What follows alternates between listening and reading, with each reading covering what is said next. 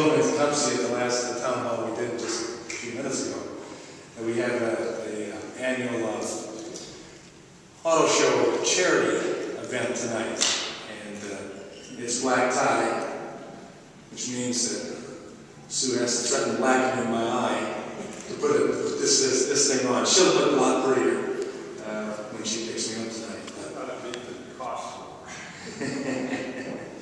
Well, we hope that we can encourage the charitable contributions tonight over there as a result of being there. But it's been a good day. I apologize for a little bit late start, but I thought not bad. I just a little over 5 minutes. Change, you know. Hardest thing was getting this tied. I don't know if it's all right. Yeah. I haven't checked my zipper yet. Okay, we're okay. But we wanted to be here anyway.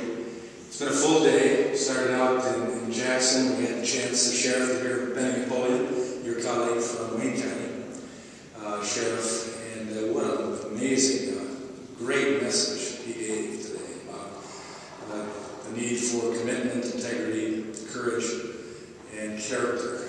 And the people that were there listening to that, knowing a little bit about Benny Napoleon, I think his life kind of backs it up as well. So I said that since we had many speaking in Jackson at the event, we needed to have our runaway sheriff speak in Wayne County. So we're going to try to get you set up for a banquet over there. Then we've had opportunities today to be in, this will be the third town hall that we've had, to come see, this morning was at Brooklyn, and then here, spoke to two classes at Clinton High School, 2 sessions there, had several other meetings, but it's been good to get out and about, and I can tell you that getting back in the district for district work periods may be a challenging schedule at times. It's an exciting schedule, but it also gives a real opportunity for a sense of the lay of the land of what's going on back in the real world, as opposed to what we just hear and get so wrapped up in Washington from my time in Lansing. I realized that Lansing was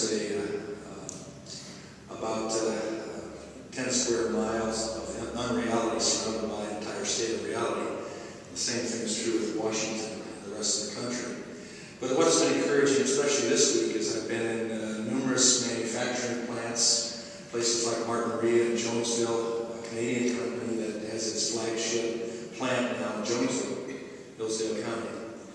Being at Brunson Precision Products over in Brunson, beyond West Coldwater, that is part of a larger Royal Oak Industries, and yet there is the key plant, and they're getting contracts now from John Deere and Caterpillar that were contracted parts that had been from China.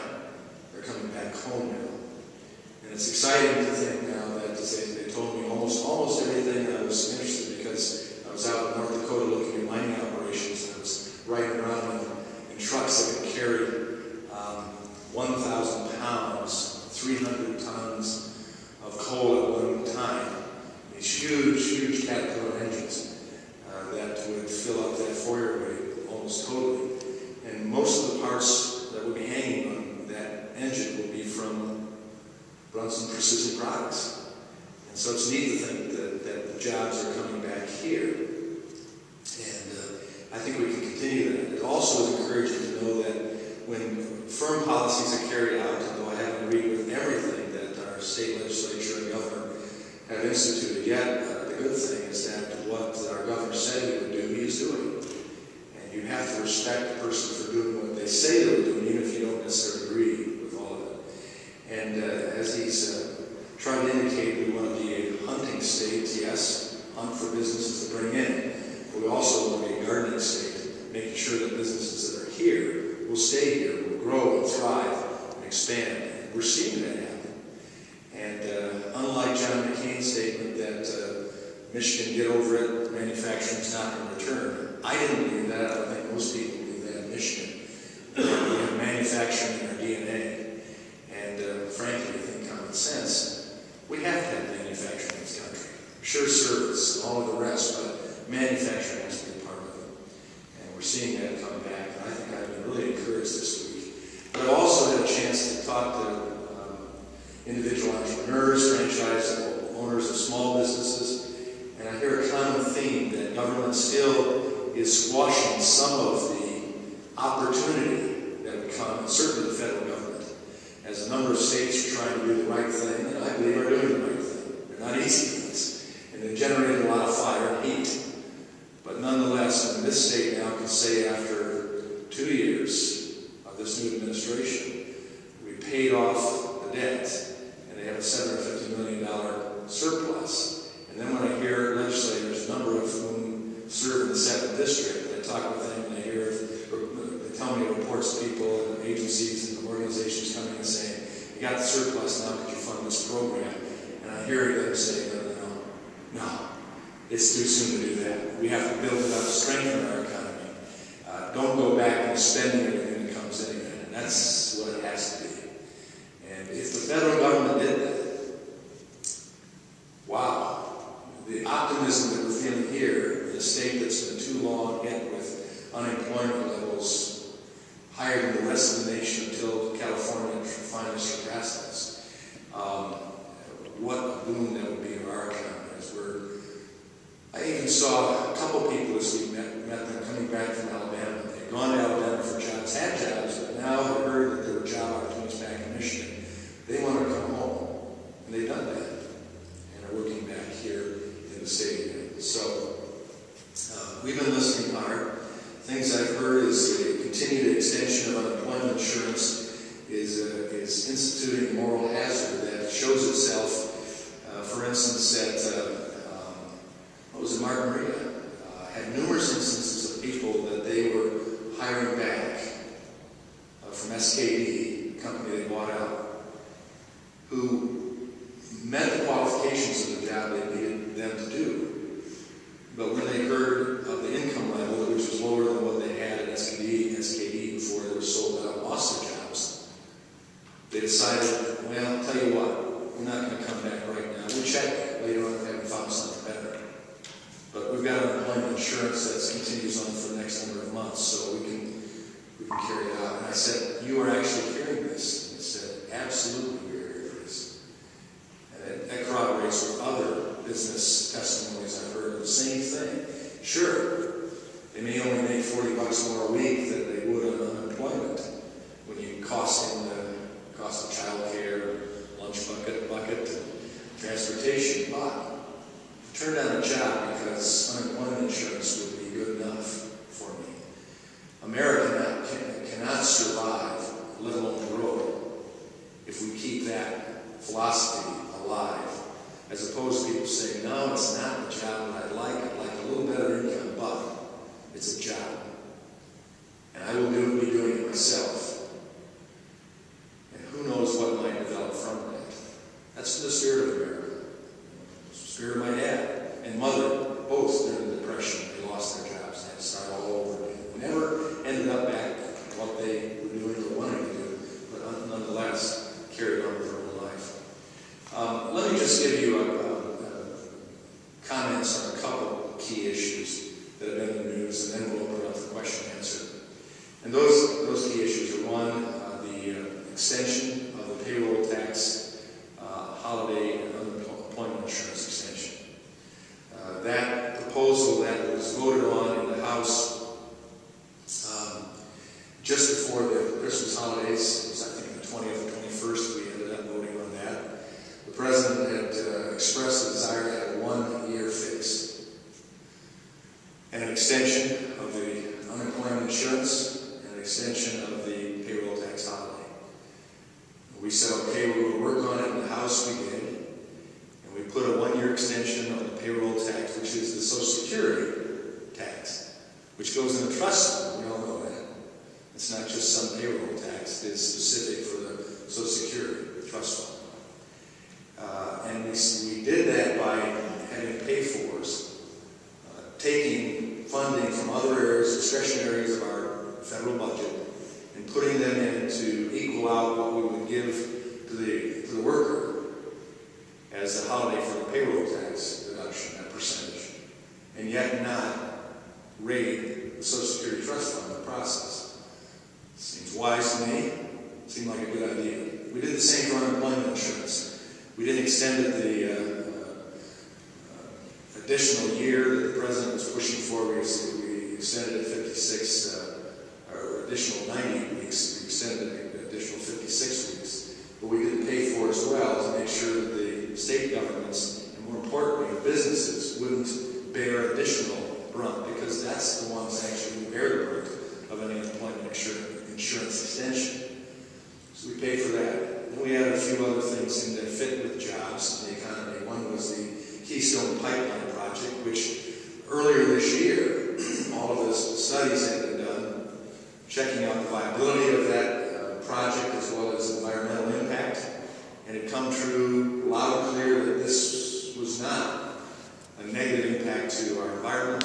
It certainly would be good for our economy. 20,000 shovel-ready jobs, if we want to use that term, and 118,000 ancillary jobs that would come alongside of that in the process.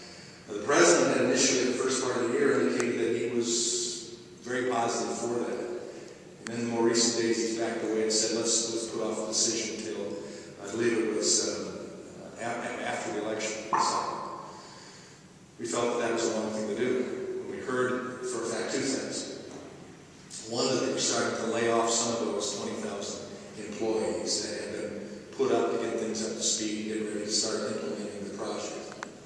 Two, China, the very week we were debating this before Christmas, was in Canada with a team negotiating with the Canadian government that if the President of the United States and Congress didn't come through with this agreement, they would be willing to send their freighters up to take that oil on the freighter and take it back to China and to refine it there. So we know it's going to go somewhere. It might as well go across our country to Texas, and the highest technology for any type of piping that we have in the world today.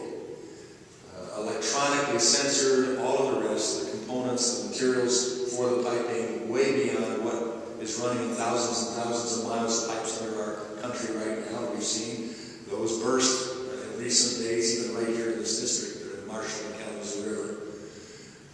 Though it was cleaned up, if we can go with a pipe project that is up to date, up to speed, and technology working, let's do that. Plus, then we will do what Benjamin Netanyahu has said for us to do as Americans, that's become energy independent from the earthquake zone called the Middle East.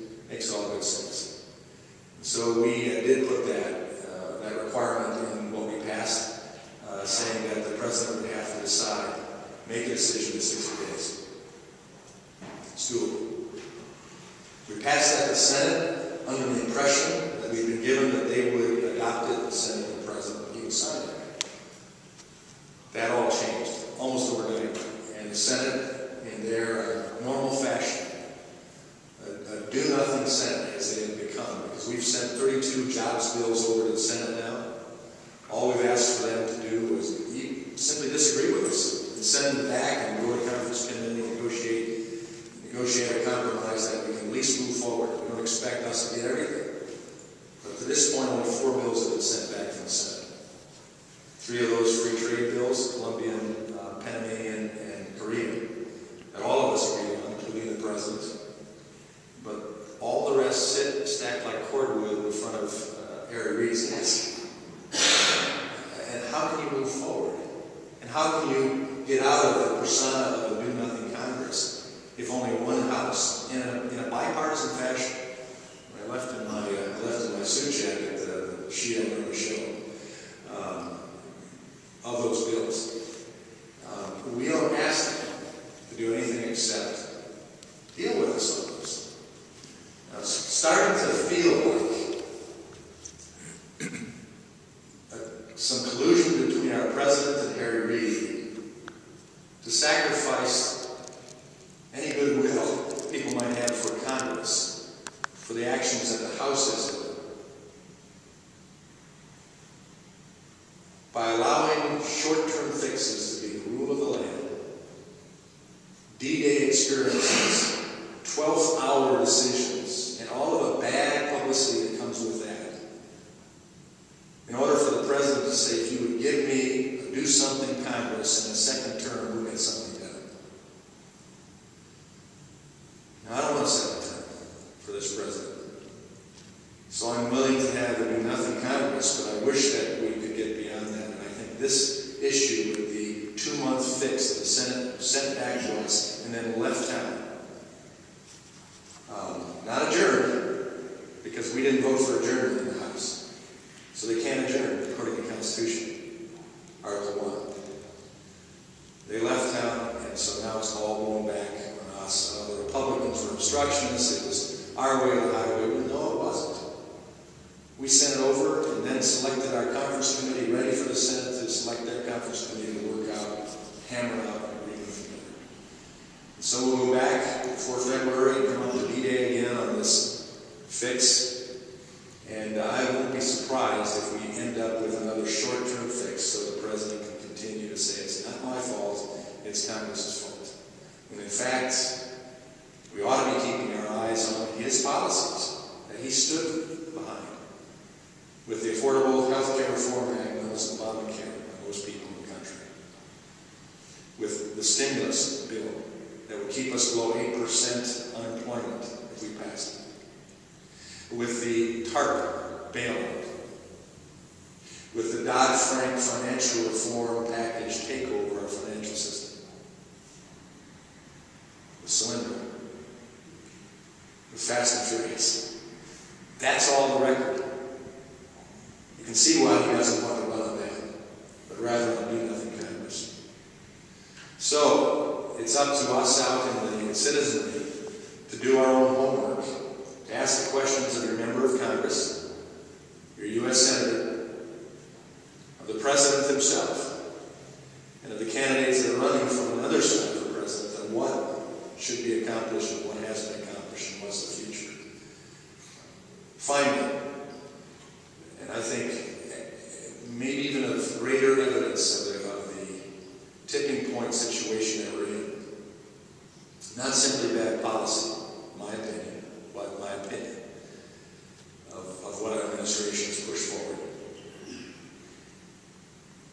But even more important, on the issue of freedom and constitutional authority, of what has made this country the safest, the most secure, the strongest, powerful, and compassionate country ever to grace the face of this earth. That's a lot of hyperbole, but I believe it. And I think we can evidence that. We've had a constitution, that's in my sport coat. We've had a constitution, and when you hold it up, it's not big. And that probably has the Declaration of Independence and the Bill of Rights in there, and it has probably a voter's guide. Simple little booklet. But yet it has clear documentation of how the framers and funders wanted our country to run. On my little Kindle, on my BlackBerry, I had the Federalist Papers, so I could read what they were thinking about when they did this, and how they disagreed as they put the Constitution together. But it was meant to make sure that there were 3 branches of government, with separations of power, and checks and balances on each branch. And one of those was the fact that while the president could feel frustrated, discouraged, angry, bitter that the Senate in this case would not confirm his appointees, at least in a timely fashion. Yet, that was a check and balance. And as Washington said, there will never be a king, and I will not be one of those. And so presidents over time have made recess appointments. Bush made recess appointments. Clinton made recess, when we just go all the way back. Obama has made recess appointments. But no president in the history of the United States has ever stepped up and said, we are in such a difficult situation in this country now, right now, we need to move forward. We've got to do nothing Congress, and we will not confirm these crucial people to the NLRB board and this new commission chair for the financial protection, consumer protection, financial reform package that I need. So I'm just going to have to do it myself. And now he's saying, and he's having his Justice Department concur with him, and that makes me feel better. With Eric Holder at the top of that. Yeah. Says, this was actually a recess. They were just doing pro forma.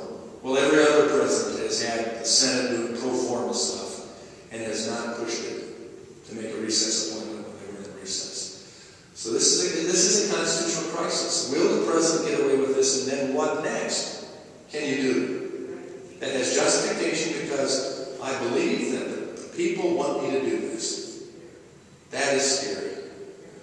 And so there's counsel, legal counsel being consulted right now, constitutional legal counsel, on how to proceed and move forward.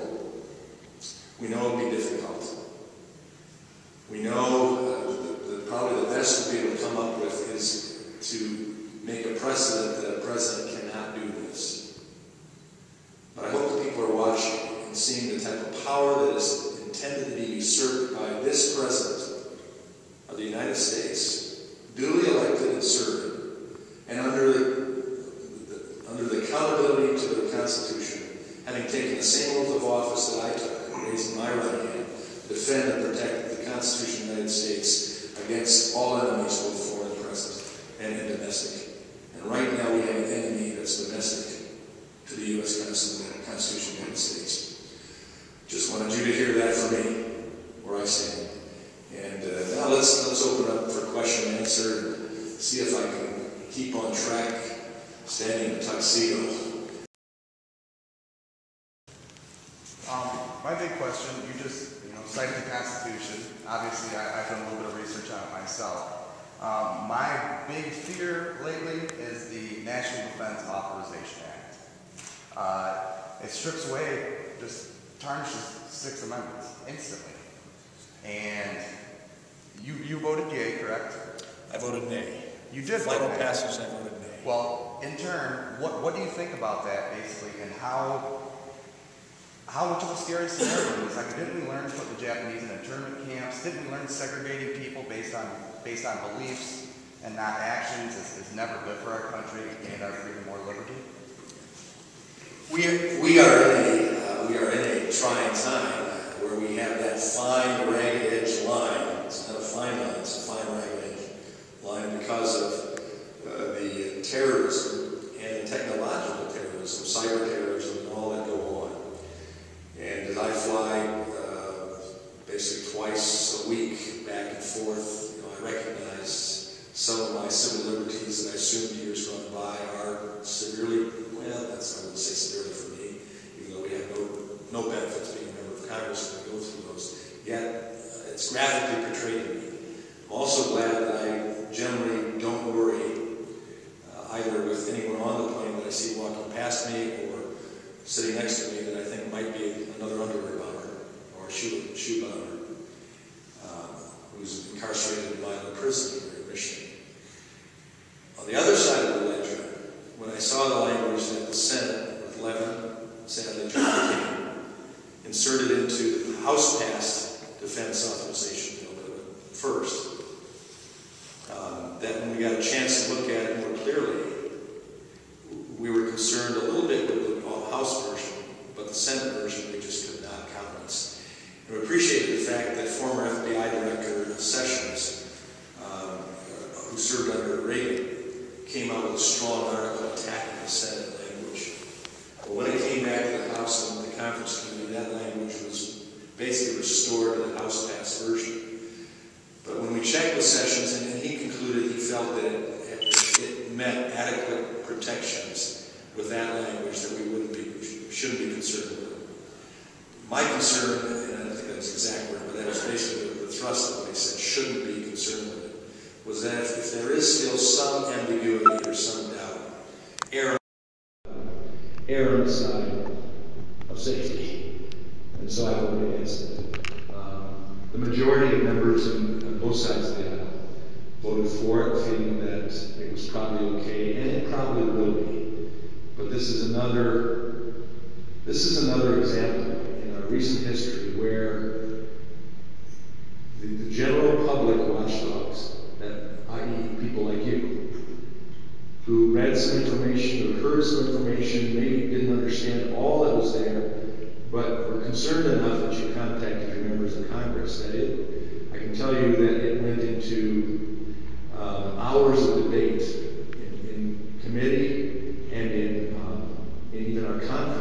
conference, the Republican conference, I can't talk about this, the Democratic because I wasn't there, the Republican conference committee, where we, I think a majority of the Republicans told our leadership we would withhold our support until we had a response from former FBI Director Sessions to see if he changed his mind and why. So that's a good thing. It says, for one reason or another, people are still being heard by members of Congress to the point that there's a great amount of discomfort in just moving forward without trying to answer those questions. But I did vote against it. The first time I voted for it, and then I voted for it in the House. Okay. It came back, the final passage before being sent to the well, thank you for voting now. Yes, thank you. Obviously, you're taking some means for this appointment thing that the president has felt he had to do. That's unusual, because it is a topic of Constitution. If this first step that you guys are doing doesn't work, then somebody in Congress bring up the impeaching the president for this appointment while they were supposed to be in the plan. It could be. Will it be is the question. There's a pragmatic situation in that it's such a short time before his evaluation by the electorate. And the fact that we don't have the second house, i.e. the Senate, who would concur in impeachment. And do we bring more opportunity for the president to be reelected by going through an unsuccessful impeachment process than we do by highlighting his unconstitutional actions and letting the people decide for themselves, as opposed to get into a possibility of feeling sorry for this poor president who only has less than 1 year to serve, and we're going through an impeachment process just to embarrass him. Sadly, the American public is still conflicted in how they deal with all this. And there's not unanimity in this district, let alone nationally, about what we would do with something like that. If that is found to happen, would it be good to say that he had brought it up at least? And it was the Senate that... We'll have to evaluate it. We'll have to see what would be the best approach to ultimately settling the situation. Because we indeed want to have precedent set for the Constitution, not against the Constitution. So I think our first efforts, and I'm not an attorney, I'm a guy that prays for attorneys. I'm not an attorney, I'm certainly not a constitutional attorney. But from those that I listen to who are constitutional attorneys, I believe that he has done a constitutional thing. But the pragmatic aspect of what is the best way to handle this is something we have to take time and develop our case.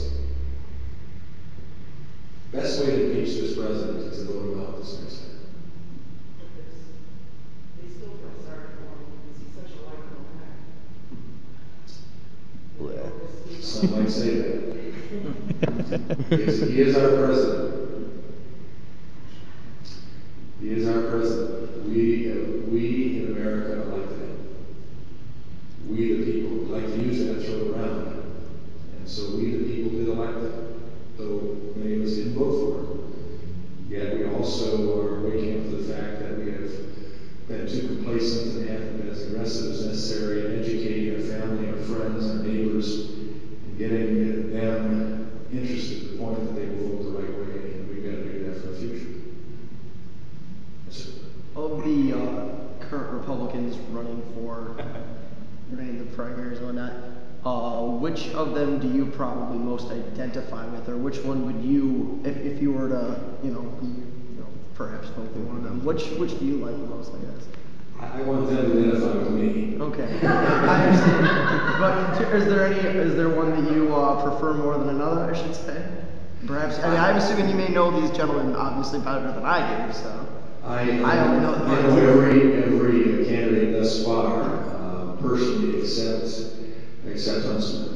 I don't know him. I've never met him. I've never talked to him.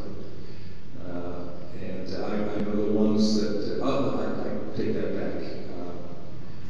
I didn't have a chance to ever meet Herman King before he was Deep Six. So I don't even know for sure 999 either, other than it's a catchy idea.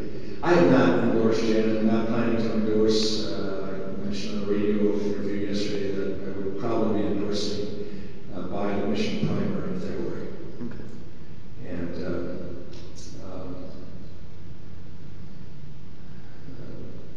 I guess I'll leave it at that. Okay. The only thing I would say differently, or add to that, is I really think this process, and the media is trying to hype this being so ugly, and this is going to hurt the Republicans. I say copycat of that. I think this is part of our system, and if indeed Newt and Mitt, Rick, and all the others, if they can't stand up to the heat right now, what do you think $1 billion of spending for Barack Obama is going to do? With no compulsion about telling the truth. No compulsion. If you see even the taking out of context Mitt's statement about fiber, they could care less about the truth. And so if these guys are whining, that's what I'm frustrated with the former speaker, I can say that. Quit whining. Stepped up to the plate, it's going to be ugly, and you better tighten yourself up a bit and get ready for Barack Obama, and your compatriots right now are being the skin bracer that slaps shut that ages me, doesn't it? That little commercial, some of you don't even know it. Or a few of us know that little commercial. I think that's what it is. So I think it's a good process.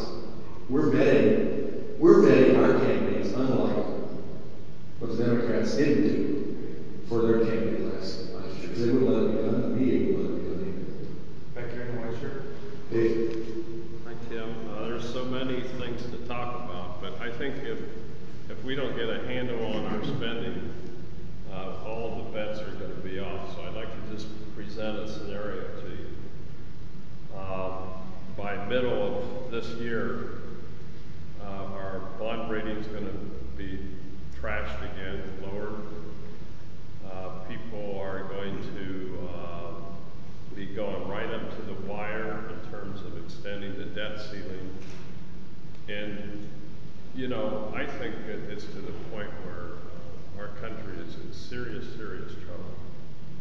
And you know, all this, none of this matters if we can't get our handle around the spending. So you had this commission, you had the Ryan budget, you've got a Senate that has operated with no budget for now into their, I think, 4th year, maybe it's the 3rd year. Over 1,000 days now. No Okay. Senate proposed. So we're into almost the end of our 3rd year. We're going to roll into it, and not a by your leave, sir, or kiss my rear or anything.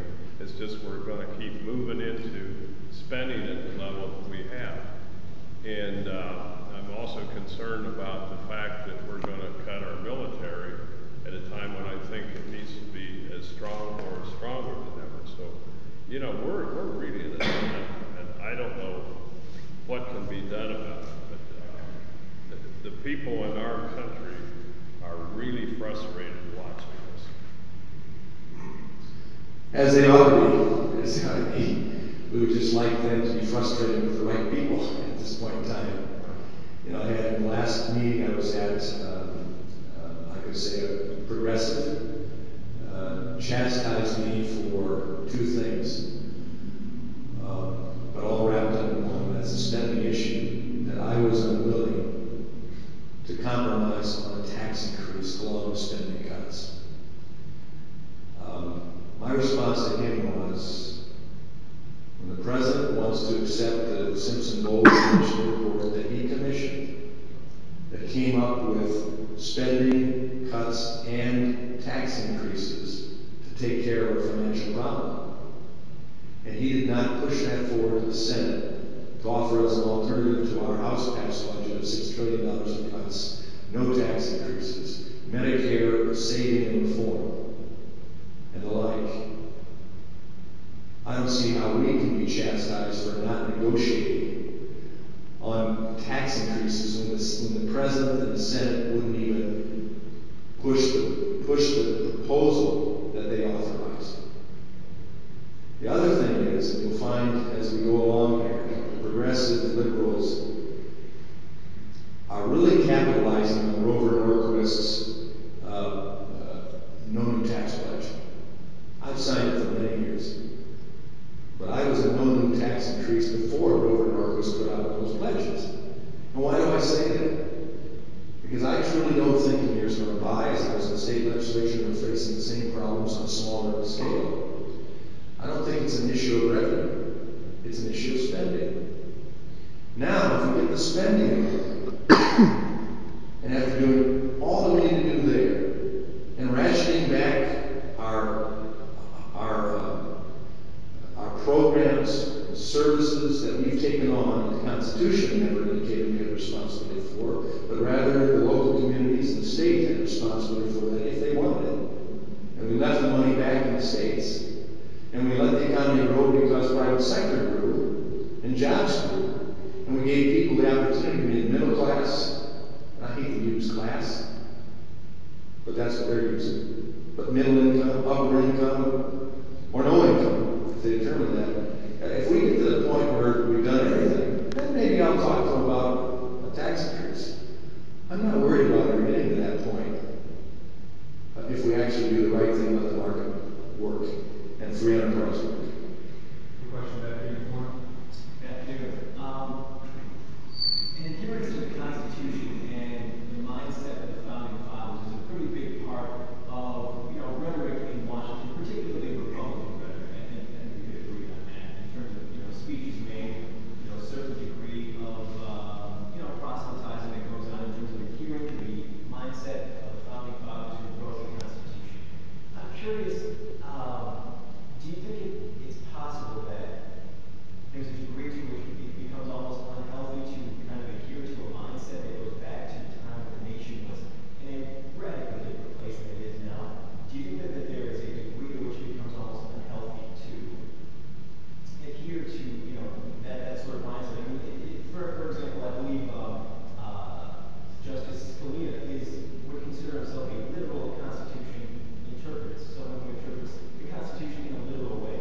That strikes some people as being a bit inflexible, and I'm curious do you think, I'm not recommending making it easier to make a constitutional amendment or something like that, but in your mind, obviously as a seasoned politician and someone who's in Washington, that there needs to be at some point a degree of flexibility. I mean, that document is an amazing, living, breathing testament to what the founding fathers did hundreds of years ago, and it has governed our nation, for by and large, without change, with very few changes made to it, considering the amount of time that it's been in effect. But do you think that there's a place for flexibility and breathing room in terms of interpretation of the Constitution, so that our nation doesn't become inflexible and bound to a document that was made again? It's in a completely different place than it is now. I understand that we want to, focus on what that means as a nation, what that means intuitively in the spirit of being American. But I'm just curious as to your thoughts on that. No, I would take the same position as Scalia, Roberts, Thomas, and others who are strict interpretation, strict constructionists, originalists. And I would also say very clearly that I don't believe the Constitution was ever intended to be living and breathing. I believe they entirely meant it to be a static document that you could push against and find that it would move. Until, and there isn't, they understood that there would be things that in their human frailties they might not get right. And so, just in case, here's a mandatory way of doing that. Not breathing new life in, but taking a static, just, solid document and making it fit a specific need that wasn't considered. And that's why, rightly you said, it has been amended relatively few times since the Bill of Rights. Beyond that, it is a very, very difficult document to amend. And it probably ought to be. I think there should be an amendment now, human life amendment. We've been talking about that for a long time, and it's probably going to continue for a while. But it is a document that I think we can show historically that while we stayed very close to it, this country grew and progressed and provided opportunity without wide separations in an income level, and strength of its ability, and even ability to come up to constitutional crises like the Civil War. And it worked. Right now, it becomes a living, breathing document, free-flowing. Whoever has the power to, up to now, the most egregious, I think, example of a president just saying, "Oh, recess, recess." It's a bother to me that they never intended that to be something to stand by way, but what the people need. That's a concern. So no, I think we ought to change the Constitution, the constitutional way through the mandatory process, either by Congress instituting the mandatory act and then taking it to the states, or the people doing it. And that secures us at the very least to be frustrated at the worst, and thankful at the best that we, unlike other countries, have something that has worked and shown it to work if we abide by it. We have time for one last question. What's questionable on my mind, and it's a little maybe scary too, is this person's out Romney who set up, and I don't know the results of Romney Care, or what they refer to it as, and then hearing that his advisors went into the White House and sat down with the president, and the next thing we know, we have Obamacare. And Nancy Pelosi stands at the podium and says, "Well, vote on it now. You don't have time to read it, and you'll know what's in it after you vote on it." Well, how does, or what is your take on how maybe the national Obamacare parallels with him, and if he gets in, is that a detriment to our medical insurance programs? I do not like Obamacare, and I do not like Romneycare. The only thing good about Romneycare is it was done at the state level, which is constitutional. Mitt Romney has told me when I expressed my concern about it to him directly. He said, "I want you to know this, Tim, had I been the governor of Indiana, there would not have been the health care reform that took place in Massachusetts, in Indiana." He said, "I may not need to even do any consideration of health care reform in Indiana." Because I was the governor of a very liberal state with a legislature that was intent on doing great damage with the health care plan. And I just felt I had to try to make it as good as possible.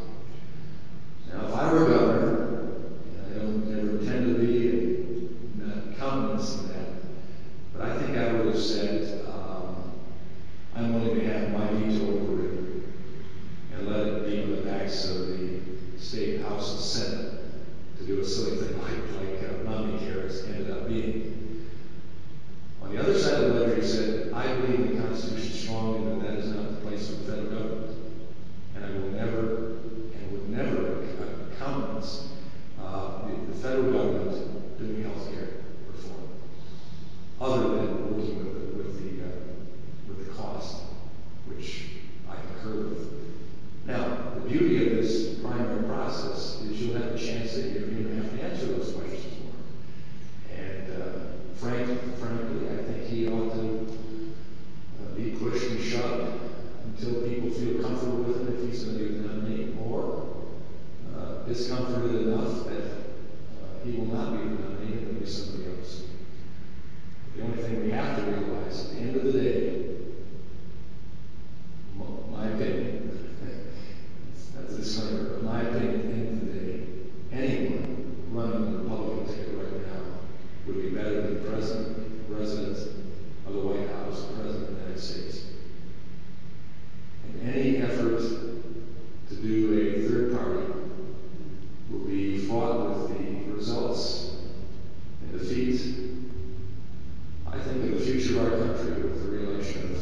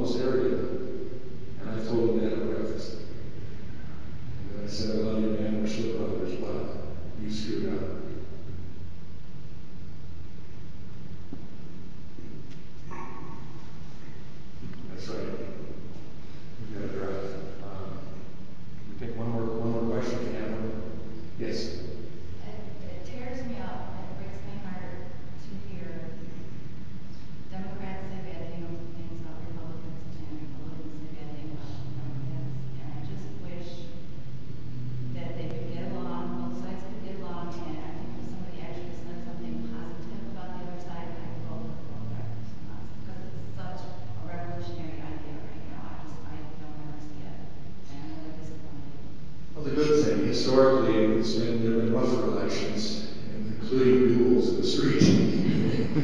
Members of Congress have shot each other in times past. Hamilton was one of those that died as a result of being shot in the Burg.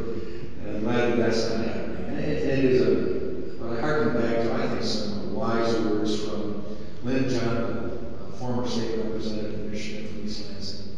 He was a liberal Democrat and a former minister. I was in the legislature with him at the same time. I was a conservative Republican and former minister. And so we went on the rubber chicken circuit together as an interesting debate couple. And I grew to really appreciate that. And hopefully he would say the same for me. But he was given the opportunity from the Democrat side of the aisle to give the